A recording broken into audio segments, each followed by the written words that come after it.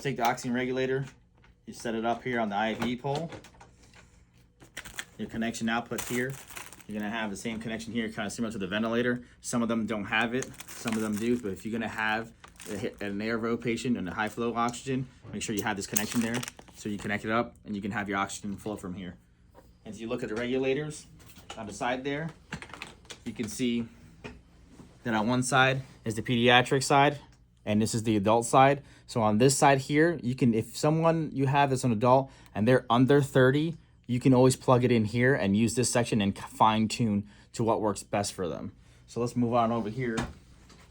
Have the battery placement set up here and have it plugged into the wall when you're in the truck, because you're gonna lose power if you don't. And this doesn't have a battery power inside the Airvo itself. So you wanna make sure you have this plugged with you so you can have it charging while you're transporting. So we're gonna grab the whole device out of here with this plug attached already. And we'll set up. I'll show you how loose the plug is right here. Barely touching it, and it moves about way too much, so it might come unplugged. So don't encumber it by covering it up so you can see the plugs and what's charging, what's not. So now we're gonna play with the whole bag I was talking about. I'm gonna grab all the pieces here and grab these setups first, and we'll go ahead and set that up here. So what you need to do is pop off these parts here. Off of there. You need to take this outlet part, and I usually run it down here just like that. Connect those connections, and right there is when I put the tubing, kind of click it in place and it'll hold that for you. You'll push down on here, push forward, and then line them up so they lock it in place, and you'll hear that click there. Next step is to take this tubing off of here. We'll come over here and grab that bag that we're going to simulate, the inhalation bag. And what you want to do is you're going to pop her off the same way you would there, except for that one's a twist off. And you're going to take your connections, you're plug it in just like that. And as you set it up to go down, you want to open up this valve here. Let the air in there, is going to allow for the fluid to start going down there. Now, if you need to hang it up, you have an oxygen regulator here. If not, you can have a portion where you can open it up. You can hang it through here like this, or you can hang it up here, the oxygen regulator. As long as you have the gravity, same thing with an IV flow, you just need that gravity to go in there. So when you come over here, and as this is flowing down through here, you wanna make sure you've put the fluid level up and no more higher than this line right here. And it'll get there and start self-feeding itself, but if you're squeezing it to help it, you don't wanna do any more than that. So let's move on. We'll grab oxygen tubing and the nasal cannula. So you have oxygen inlet valve right here. You want to connect that piece there, and you can come back wrap around back to your oxygen regulator. So I talked about before, you have the adult and pediatric. So if you're taking to your adult, to start off with your adult, plug it right into there. And you have this part right here. You can see how it lines up.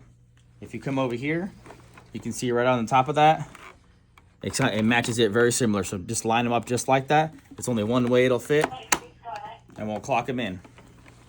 So we have all that plugged in.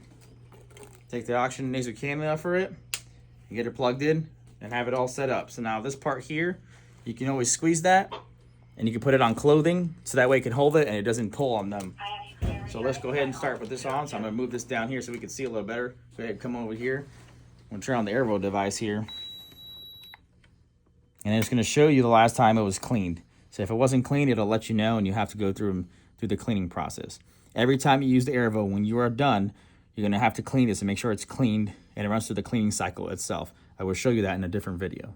So you see, 15 days and 4 hours ago it was cleaned.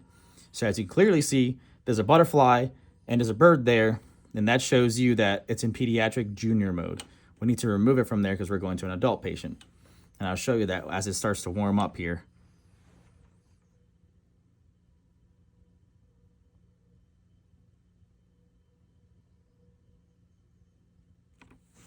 Here we go. So you're gonna hold this button right here. It's the mode button.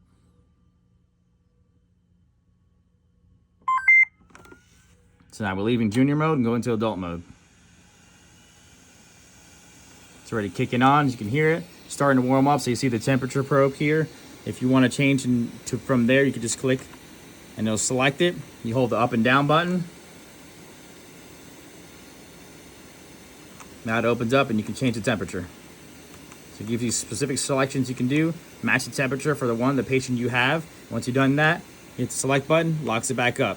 Once you're done with that, go hit the mode button again. And you can change the liter flow that you have. Up and down buttons again for about 5 seconds. It'll unlock that up, put it exactly to where you need it. So let's go for 50, back to 50, right? Set it, good to go, back to mode. Now here's the FiO2. But your FiO2 is a tricky thing.